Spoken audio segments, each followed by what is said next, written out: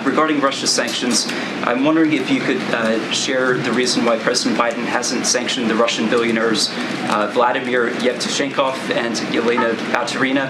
How is he handling the conflict of interest there, given his son was a business associate of these two people?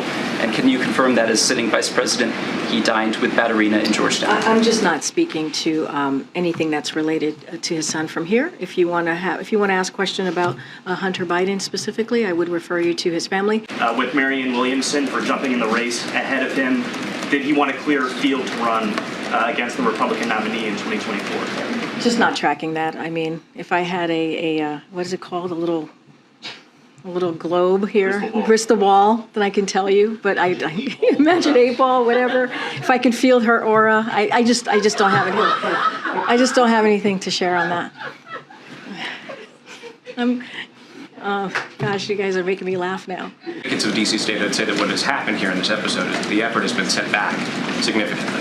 That essentially what the president has done is he's given juice to opponents of statehood, and statehood opponents say that this episode has proven them right, that the D.C. government should not be self-governing without Congress's involvement. Well, we disagree, right? We believe D.C. should be a statehood. I mean, we've been very clear. The president has been very clear. Again, D.C. is not a state. It's not a city.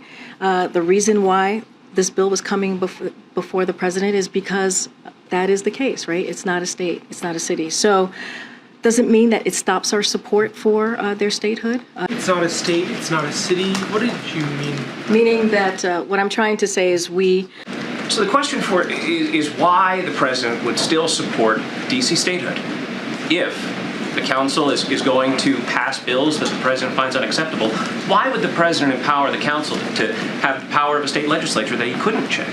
Again, the reason why the president, we responded to this and answered the question of if he was going to sign it or not is because it was coming to his desk, as we know from last week. But it doesn't change that he encourages Congress to pass a bill that makes D.C. a state, and he will sign it. City Council wanting to pull back that proposal. So as you all know, we litigated this about 2 days last week. The process is still ongoing, so we won't comment on that any further. So also when we were discussing this last week, you cited Mayor Bowser's opposition to the crime proposal, but she also says that the override is an indignity and that Congress is meddling in its affairs. Why didn't the president or the White House give her a heads up that the president wanted to sign this override legislation? She also said that she understands why the president made this decision. So but wait, let me get into it. But you just asked the question. Let me finish your question, the first question that you asked, which is, first of all, she also said that she understood why the president made the decision. So the question is, Yep. Why didn't the White House or the president give Mayor Bowser a heads up? I just told you that they're in constant communication with the team, including last week. Okay, I'm just not going to get into specific, but I can tell you that our Intergovernmental Affairs Office was in contact with her office last week. Okay, that doesn't exactly address the question. I'm just telling you that we were in contact with her. Why, if the White House cites Mayor Bowser's opposition to the bill, why do they want to do something that she considers an indignity to her city? Say that again.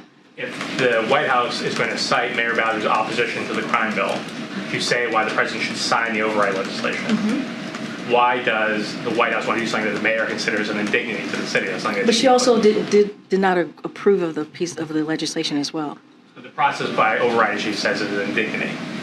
So let's step back for a second. We talked about this for 2 days last week, and